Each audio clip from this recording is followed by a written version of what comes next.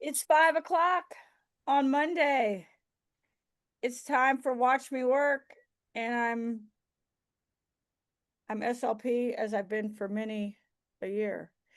And I'm happy to see all of you. And we are here for another session of Watch Me Work with the me and the title is you. And we're going to do it the same thing we do every week. We're going to work together for 20 minutes, and then I'm going to answer your questions about your creative process. It can be painting, choreography, writing, plays, movies, poems, anything. Let's just talk about the process of being creative in this beautiful world that we're living in. And what else? We give thanks to the Public Theater for HowlRound for supporting us all these years. We're like, I don't know, we've been doing this kind of fun for that.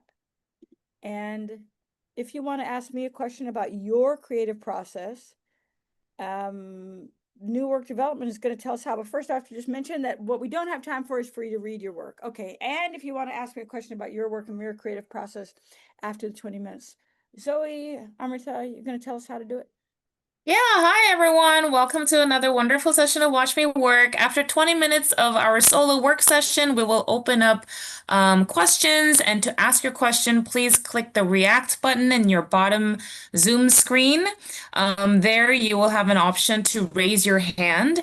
So if you could go ahead and raise your hand, then we'll get a nice queue going and we will call in your name to ask your question. Thank you. Very well explained, Zoe. Boom. So now that we know everything, I'm going to turn on the timer and we're going to work.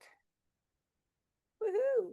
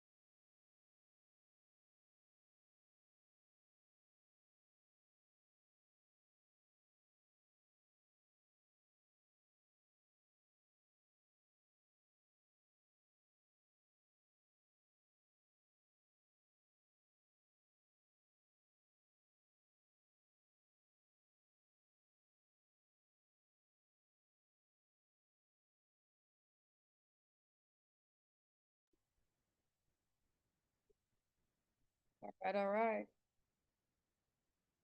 Time. Anybody feel like talking shop? Yeah, Kimmy is ready to go. Please unmute and Hey, ask your Kimmy. question, Kimmy. Hi. Yeah, I just got to Edinburgh today, so I'm tired. So so forgive me if I sound like I'm tired. I have two quick questions. One, I really overwrote this show because I did not have the right margins. It's a marginal thing. I was writing like prose and I had 20 pages and I went, "Oh, I still need, 25." And my husband went, "What page are you on now?" And I said, 13. He goes, "You're at 45 minutes already." So, and then the other question is, when you get upset, how do you leave that at the door in order to perform or write or whatever art you're doing? How do you leave that stuff so you can work?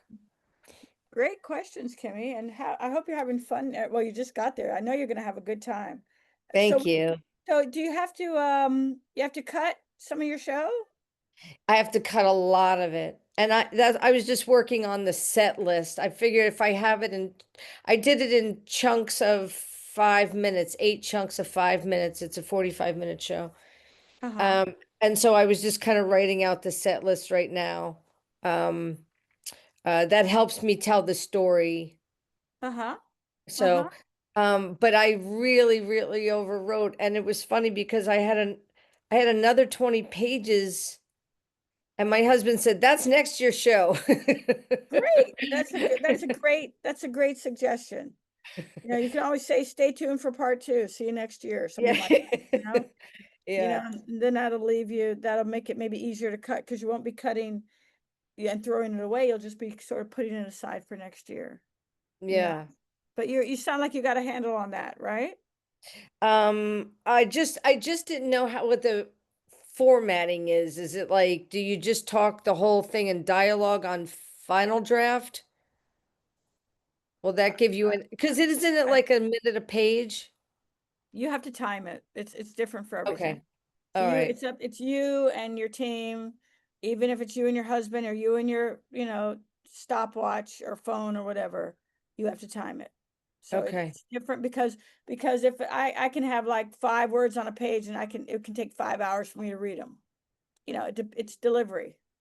Yeah, So, I understand. Thank you. yeah, sure, sure. I mean, usually in film it's a minute a page, but if it's something like this with the show, you don't want to get, broomed off the stage because you're too long.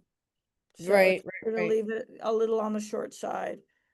40 minutes is better than 50. And it's, Yeah. Oh, right, because I have to do my thank yous and my bucket speech and all that kind of stuff. Okay. yeah, that's great. So, and then how do you leave stuff at the door? Just leave it at the door. You can have even, you just said bucket speech. It's great. Do you have like a paper cup or something? Do they have paper cups Yes, over there?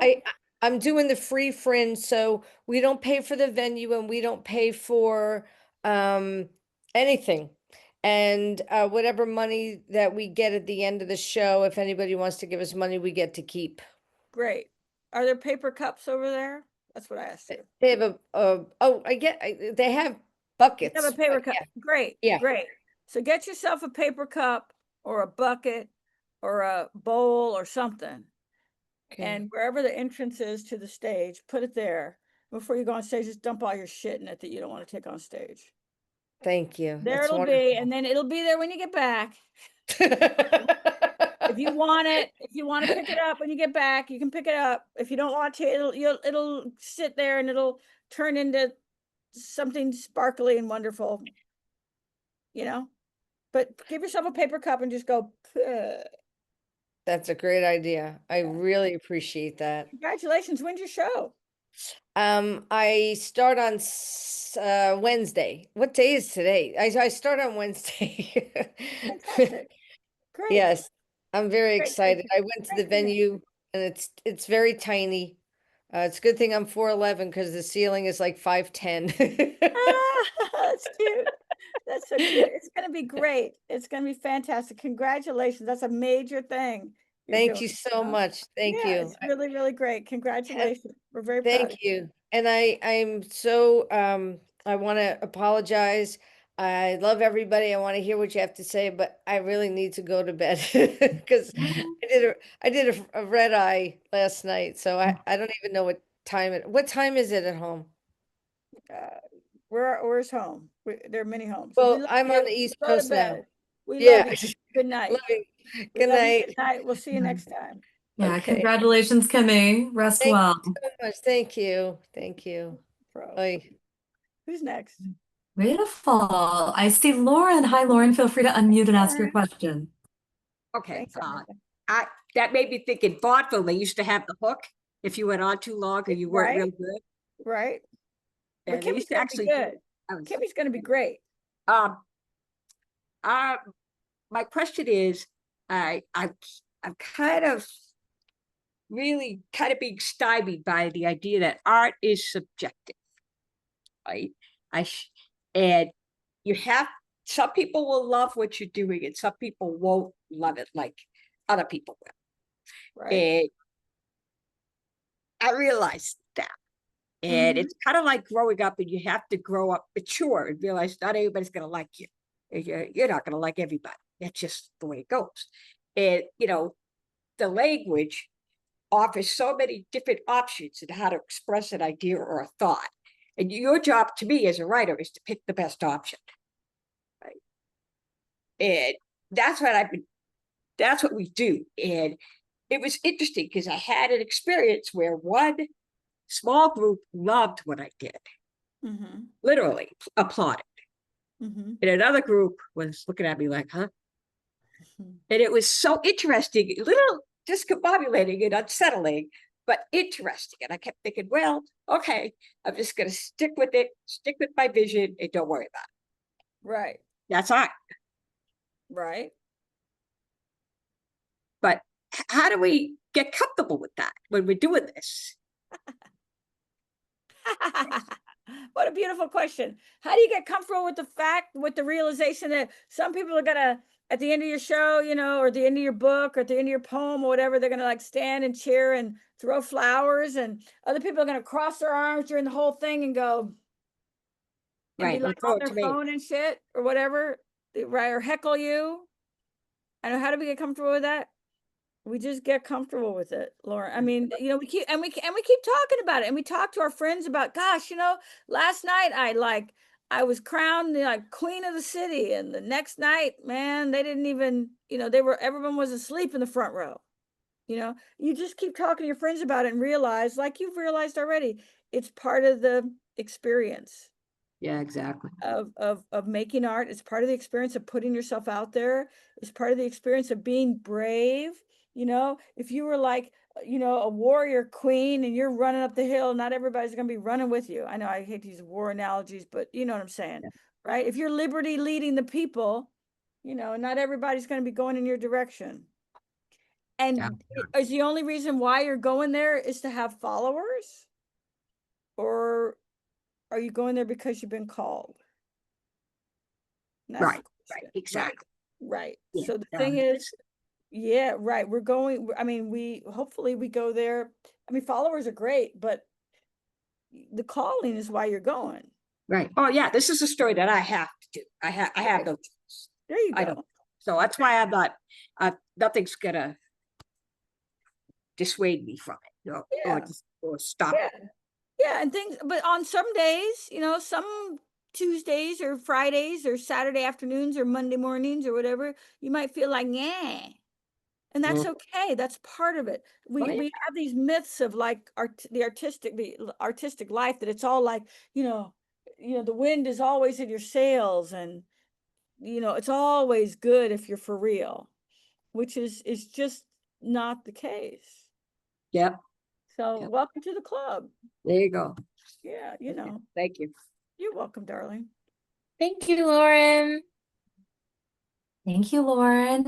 Shane, hello. Feel free to unmute yourself and ask your question. Awesome. Hey, Shane. Hi, you guys. And Hi. that's hi, SLP. Thank you, first of all, for doing this. So cool. And I was at the tune-up last night. It was fabulous. I was applauding. I was not. You know that Rona Figueroa is on this call today. Do you see Rona with the trees in the background? Rona was in the tune-up. Do you see Rona? She's waving. Okay, very cool. I will will have to.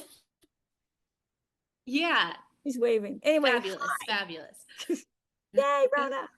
Hi. Yay, Shane. Thank you for being at the tune-up. We had a good time. It was awesome. Yeah, thank you. So my question is about the nature of monologue in drama. I'm working on what's essentially my first full-length play, and there's a scene early on where my main character is doing a lot of the talking. Okay. And I have it sort of couched in a therapy session. Okay. And I do, and it's for sure the first draft, so I know that there's revision and editing and you know, sparkling it up. But I guess let's see, and I also have a sense of there's some backstory that's coming with this scene. There's a couple of revelations that I think will be kicking off the action of the play and the journey that this main character is on. And I guess I just was curious about how much monologuing or storytelling, I guess I know I want it to have action and not have it feel like it's an essay, I guess, which I think I'm being aware of, but I would just love your wisdom of what to keep in mind as far as monologue or a character who is talking a lot. Right. It's a good question, Shane. It really depends on what you're writing, you know, and which you'll figure out as you write it. Yeah. You know, so there's no, there are set stock answers, but I'd like to listen more to what you're doing instead of what somebody did, you know, 30 years ago or 80 years ago or whatever, you know what I'm saying? So, I think just keep in touch with what the character wants. And if you have it couched in a therapy session, that's kind of a joke, right? But Right. you have a therapist, you know, you have it sort of framed within the context of a therapy session. I would suggest making sure that the therapist wants something too. Yeah. And think of it like to use a metaphor, like tennis, a tennis game, you know, right? You're not just hitting the ball, right? You're hitting the ball and someone's hitting it back. And you're strategizing as you hit that ball. Okay. So it's not just just blah, blah, blah, blah, blah. You also, you can look up online. I don't have any off the top of my head. Maybe some people do, and they can put them in the chat. Plays that are long, interesting monologues. Yeah. You know, you can look those up and go like, oh, that's cool. You know, and read those and see like what makes those compelling, what the character wants, why they're talking. They're talking because the writer wants them to talk, right? But they're also trying to tell you a story for a certain reason. I need to tell you this now, today. Yeah. I gotta tell you this today. Oh, look, One for the Road, Harold Pinter. Oh, I love Pinter. You know? Yeah, Pinter's great. You know? Okay. Faith Healer, Freel, it comes to mind. These are just things off the top of my head. So I'm sure there are many, many great ones. Okay. These characters are like, imagine, you have it in a therapy session, but imagine someone ran up to you, in a totally sort of safe context, ran up to you, grabbed you by the lapels and said, Shane, I need to tell you something. Yeah. It has to have urgency. Or at least Great. And something that happens. Go ahead. Yeah. I was just going to say something that happens in the scene before is what propels this session and the need for this story to be told. So right. That, yeah. Right. That's right. And the therapist has to have stakes. I think that's the one thing that I see people do repeatedly in screenplays and plays and all the kind of, the therapist is just like the sympathetic, oh, really? And then what happened? And there's nothing that the therapist wants. The therapist is a character. Right. Oh, Yeah, look, yeah. Balm and Yeah, Gilead that- by Linford Wilson. Look at that. Look at, all right. Yes. Ideas are coming. Guys. Check out the chat, Shane. There's some good ideas coming in. I will. Okay, Thank but you. that I helpful? appreciate that. Just keep them wanting something. Definitely. Yeah. And that had occurred to me where exactly what you were saying, where it's like the therapist can't just be the sounding board. There needs to be, I guess, ideally conflicting desires, right? That's where drama comes from. So sometimes. Sometimes. You know what I mean? Yeah. But just give both characters something that they want. Make sure you're holding on to that, and keep them wanting something, and you'll keep us wanting more. Say. Yeah. Thank you. You're welcome. It's a great question. Thank you. Great. Thank you so much, Shane.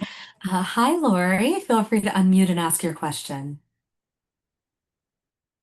Hey, SLP. Hey, everybody. I Hey. just want to first say hi and thank everybody. I had a rough last semester. I was pretty blocked and depressed because of what was going on. And I don't know if you would notice, but I would pop in here and I would just listen, and you were all doing your thing and smiling.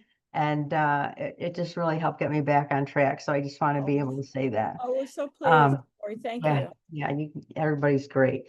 My question is, now that I am back on track, I've got a play that's going to be workshopped, and I've never done a workshop via Zoom. And Okay. so the first one is going to be just the cast reading, and I'm actually thinking of driving there so that I can be in the room.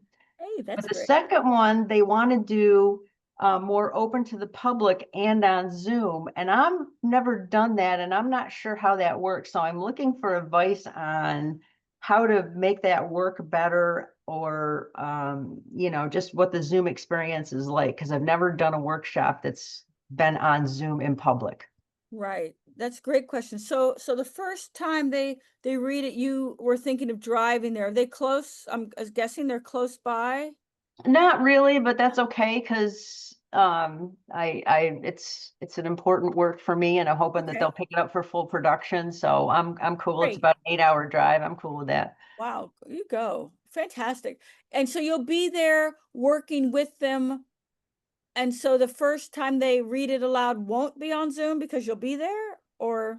And they aren't going to do it. So the first one won't be an open public Zoom one. So I could do it from Zoom and be Right. there on the first one, but it's closed with just the cast and the director.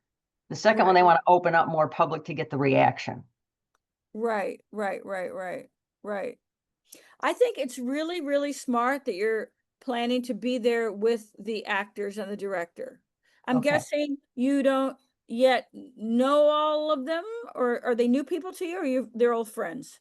They're new people, new Okay. director, new people. Great. I think it's great that you're going to be there. You're going to meet them in person, IRL, in real life, and you're going to make, all the eye contact and the energy contact. That's really great, and it's going to facilitate your success. Okay. And then so then when they have the second reading that's open to the public in a public space like this, and a lot of people can come on a lot of audience that you've never met, you'll have a connection with your team that you've established, that you've made the effort to establish already, which is great. I would suggest having, and you probably already planned this, having some before time with your team. Okay. Like before the actual public reading, where Okay. you hang out privately and you talk to each other and you commune again and again, reignite those vibes, those good vibes that you developed in real life when you actually met up with them in person, right? Hey, yeah. And then I would Yeah. suggest scheduling an after a cuddle, if you will, an afterglow, that. where you guys, it's just private, it's just for the team, and then another cuddle, private, for just you and the director. So Okay. really give yourself schedule a lot of these private moments with your team. Okay. Even you can have a private moment, you and the director, and then open it up to the actors, then open it up to the big public, have the reading, then just the actors and you and the director, and then just you and the director. So you feel taken care of, and you will be taken care of. Okay. Yeah, okay. Yeah. And the Yeah. I love producer that. too, maybe, you know, maybe the producer can be in one of those, you know, so Yeah. you're really taken care of. Okay. Does that make sense? That makes a lot of sense. I really hadn't thought about, you know, again, these are the things that kind of left my head when I thought Sure. about them on Zoom about, yeah, just get together with them. That's a great idea. I love the cuddle. Yeah, well, but that's what it is, right? You've been intimate, and you Yeah. have a little bit of like warm time, you know, where Yeah. you talk about your feelings. Yeah. Yeah. I love it. And that's a sign, that's a flex, Lori. Let's remember, vulnerability is a flex, a sign of strength. Okay. Vulnerability is a sign of saying, I'm a strong person, I'm a capable person, I'm a hardworking person, and I need some care. That's a flex. You know what I mean? That's a sign of strength. It's not a sign of weakness. You know, so it's a sign of strength, and it also teaches other people how to be. Okay. Yeah, we're always teaching each other how to be, and you're Yeah. teaching them how to be, and saying, I need a little bit of cuddle, you know, and it'll giggle, and it's funny, and everybody knows it, everybody understands it. Yeah. I Yeah. mean, right? Okay. Yeah. Yeah. Oh, I love it. Thank you. And Thank again, you. thanks to everybody Great. here. And congratulations on getting back to your work again. Good for you. Thanks. Good for you. Thanks We're so all of you happy. guys. Yeah, so happy. Wonderful. Thank you, Lori. Lizette, hello. Feel free to unmute yourself and ask your question. Hi. Hi, Lisa. This is my first time being in here, so super cool. What the heck? Hey, But I'll just get happy into here. it because Come on, get into it, Lisette. so I'm a big fan and a part of just to tag on Lori that was last.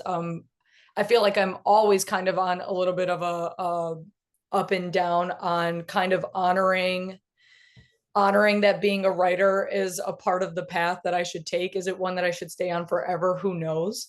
But I just wanted to ask, I think that in the play that I've been writing for a while, the concept of a radio really resonates with me for a million reasons. And I think that inherently with a radio, there are certain things that I think about logistically when I write a script that could complicate things, meaning I can't play music, but most people associate a radio with music. And I guess I'm asking, like, are there any suggestions that you'd have for utilizing a radio in a show? Because I really want it to be a character that kind of like, I don't know, like, you know, when you're thinking about something and then the song plays that speaks to the thing that you were, I don't know, worried about. But I can't really play songs in a play because copyright. True. So I kind of get a little, I think I naturally start to accept that as an obstacle. So therefore I quit for a while until I come up with something, which is a terrible, approach to that.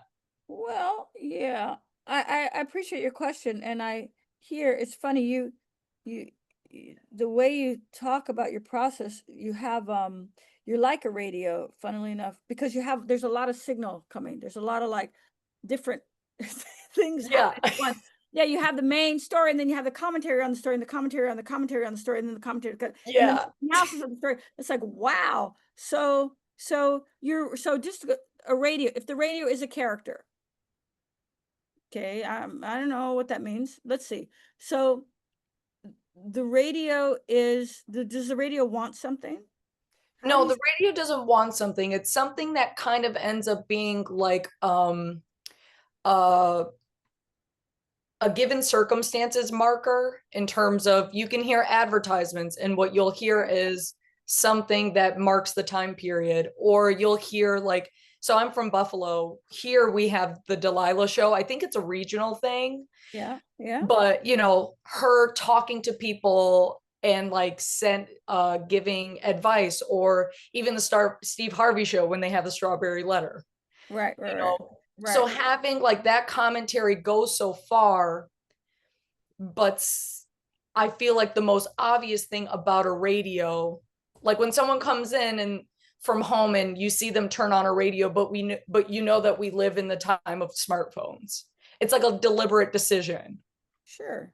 That can be uncovered in whatever the objective is, or the nostalgia of it, whatever. But I guess a part of me feels sad if I can't include music. Well, so write some songs. Okay. I mean, you know, or spend like time writing letters to your lawyers, getting copyright permission. You know what I mean? I mean, or just use songs from the radio and then worry about copyright permissions later. You know, so if you want songs, either write them or use other people's and get permission to use them. Okay. Or yeah, if you want the Delilah show, either, you know, get permission to use the Delilah show or write a version of your own. Yeah. Write a version of your Delilah show. What's your Delilah show sound like? And then you can really weave it into making it sound like it's part of your play. Yeah. You know, write your version of the Steve Harvey show. You know, and I would suggest give it some stakes. Again, this is like the you know, we were talking about, you know, playing tennis, you know, just, I mean, you're not just going to be just, you know, hitting some balls over there. Try to figure out if the radio can have some stakes. Is there a character who is on the radio? Is there what happens with the radio? You just don't want it to be sound design, because it's just sound design and your show has a budget, it might get cut. Okay. If it's integral to the action of the play, then chances are it'll stay. Okay. Think of all the productions. Have you ever heard of Hamlet, the play? Yes. Okay, good. Okay, well, there's a ghost in Hamlet, right? Mm-hmm. Right. Okay. It's not a test. It's not a quiz. There's a ghost in Hamlet. It's integral to the action. Do you know that probably every production of Hamlet that's ever been done has had to figure out, like, how the fuck are we going to do the ghost? Yeah. Right? People are like, forget the ghost. It's not important. Yeah. How the fuck are we doing a white sheet? No, somebody coming out of the floor, smoke, you know, some pyrotechnics, some shit, right? A green, whatever, right? Right? Because it's part of it's important. And you want everything in your play or your novel or your song or whatever to be important, like have some stakes, right? Yeah. If it's fluff, it's going to get cut. Then it's going to get cut. Come on, it's 2025. Haven't you heard? Haven't you heard? It's going to get cut. It's going to get cut, right? Yeah. Okay. Okay, sweet. Great question. Thank you. And please report back. We want to hear how it's going. Okay, sweet. Yeah. Thank you, Lizette. Audrey, hello. Feel free to unmute yourself and ask your question. Yeah, hello. My name's Audrey. Audrey. First time viewing for this sort of thing, but yeah. Hey, welcome. Yeah, I want to express is that currently I am working on my own of course, like original show, but like a sort of like more of like a devised theater piece. It's like a bit of where I'm, because like sort of more in representing specific like identities, as like I'm myself like identify as queer, and so trying to represent that in like variety of experiences. But so yeah, the point with it is, sorry, yeah, the point is that like right now I'm writing from more of a character perspective, whereas I'm more tendency to like write more from like a character perspective. Okay. From a story perspective, I mean, I normally write, but sorry. Yeah, so the point is that like I've been writing a lot of different like characters and like how it could like work in like these various different ways of like identity. But then I guess my main issue with it is that right now I'm worried that like I'm writing too many characters at this point, because right now I have like a lot of different ones where it's like I'm thinking, okay, here's these like individuals, their stories, here's these like side stories, how they go into other areas, like their like people related to their stories and like other things. Then I guess I'm sort of like thinking, and then like as I'm like writing it out, I'm realizing I am writing a lot more like character inclusion than I feel like would end up like probably adding more overall length, if like I still would want to end up having like a certain like, you know, like without, because I haven't like fully figured out the story yet, because again I am focused more on including the characters. But like because of that, I guess I'm just like wondering, is there like any point where it's like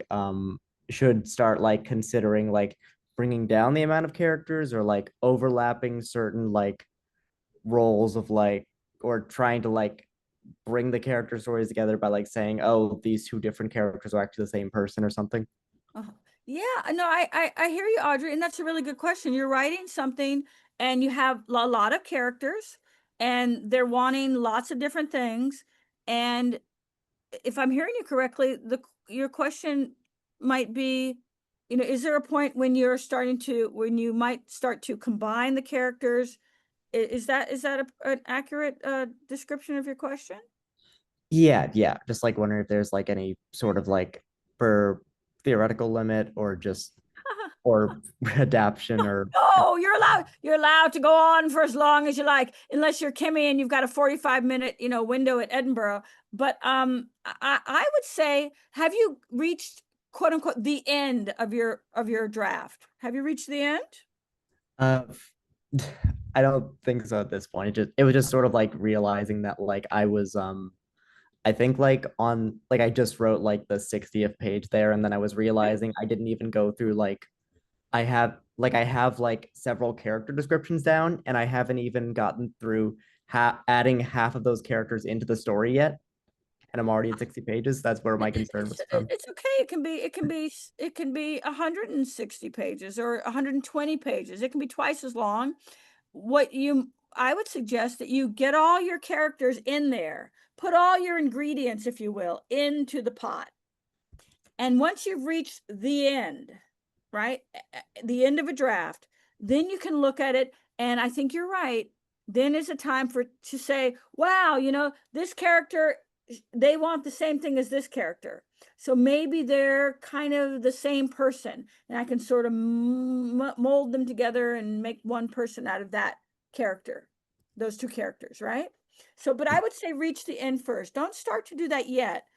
Enjoy the process of writing your first draft or your early draft, and then when you've reached the end, then go through and say, well, maybe combine them by characters who want the same things. Maybe those, you can sort of desires are going to try the characters' desires, even though they look different. If they both want to go to, I don't know, Mars, maybe they're the same. They can be the same character in your play. You see what I mean? Yeah. And Mars is not a great example, but you know what I'm talking about. You can combine characters by desire, but I would suggest waiting till you get through the draft. Okay. Yeah. Okay. Great question. Thank you. Thank you. Great. Thank you so much, Audrey. Eliza, hello. Feel free to unmute yourself and ask your question. Hi, SLP. Hey, Eliza. Hello. Good to see you. Yeah. Yay. So I recently found out that my play was accepted in like a comedy showcase in New York. And I'm super excited. Thank you. But the one thing is the space is super small. It's like in a bar, so the stage is like I don't know. I think it's like I can't see the space is the sad thing. Like where there's an organized like the festival organized rehearsal time the day before, but it's not going to be able to be in the actual space. So I just have pictures, but I'm kind of struggling because of that. Because I'm getting to direct and bring my cast over, which is so nice. So where are you coming from? Where are you going to bring them from? I'm bringing them from like the Boston area in Great. Massachusetts. Yeah. Have they given you a ground plan? I'm sorry, I'm talking fast because I want to get into talking. Yeah. Have they given you a ground plan? No, I asked if they had stage dimensions, but they just sent me pictures. Pictures. Do they have any, can somebody ballpark it? Like, well, the stage is going to be 6 feet by 4 feet. Can you is there anybody there who's got a tape measure? Did they have a tape measure in this neighborhood where somebody can just go, it's that by that, give or take? You know what I mean? Yeah, I can ask. Yeah. Ask that, get somebody on the phone. Don't just email them, get somebody on the phone, make a connection. Yeah. And once you have the dimensions, when is the festival? It's really soon. It's like August 17th. Great. You have some masking tape or something? tape off your living room or your bedroom or something. Yeah. Just Yeah. just give yourself an idea of what it's going to look like. Mm-hmm. Okay. I mean, Yeah. even one day with a space taped off and your actors looking at it, right before you get in the space will help. Yeah. Even if you Yeah. have just one day, even if you have 1 hour of that, Yeah. your actors are going, oh, okay, this is how much space we have. And you run your Yeah, play just rhythm it. once, right? If you just do it once, then you'll Okay. feel confident that you have some kind of idea. Yeah. So if you can get those dimensions of the set of the stage, what bar is it? It's House Watch in East Village. Anybody know House Watch Bar in East Village? I don't either. I don't know. Yeah. Okay, I don't know. Like I found like a lot of pictures online, like seeing how many people the stage can fit, but Okay, it's just hard to tell, from You that. also call the bar. Yeah. Oh yeah, Hi, that's a good I'm one idea. of the playwrights. I hate to bother you. I'm so sorry, but about how, because if they have bands in there, right? If they've ever had a band in there, they Mhm. can